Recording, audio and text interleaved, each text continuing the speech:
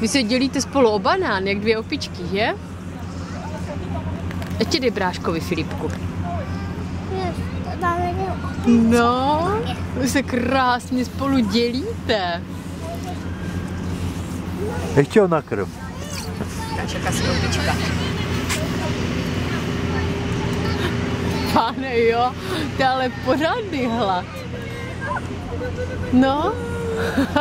Ještě mu dej. Filipku, nejenom ty sám, ještě mu dej. Až má plnou pusu. O, ty to samé.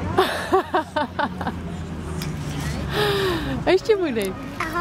Ještě mu dej, bráškovi.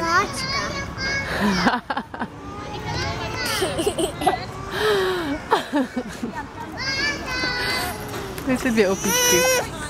Danielek ještě chce banán. Že chceš ještě banán?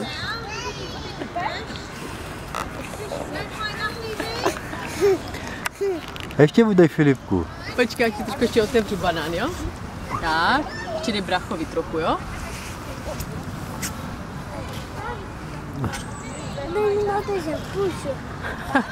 A ty si sedni, Filipku, ale.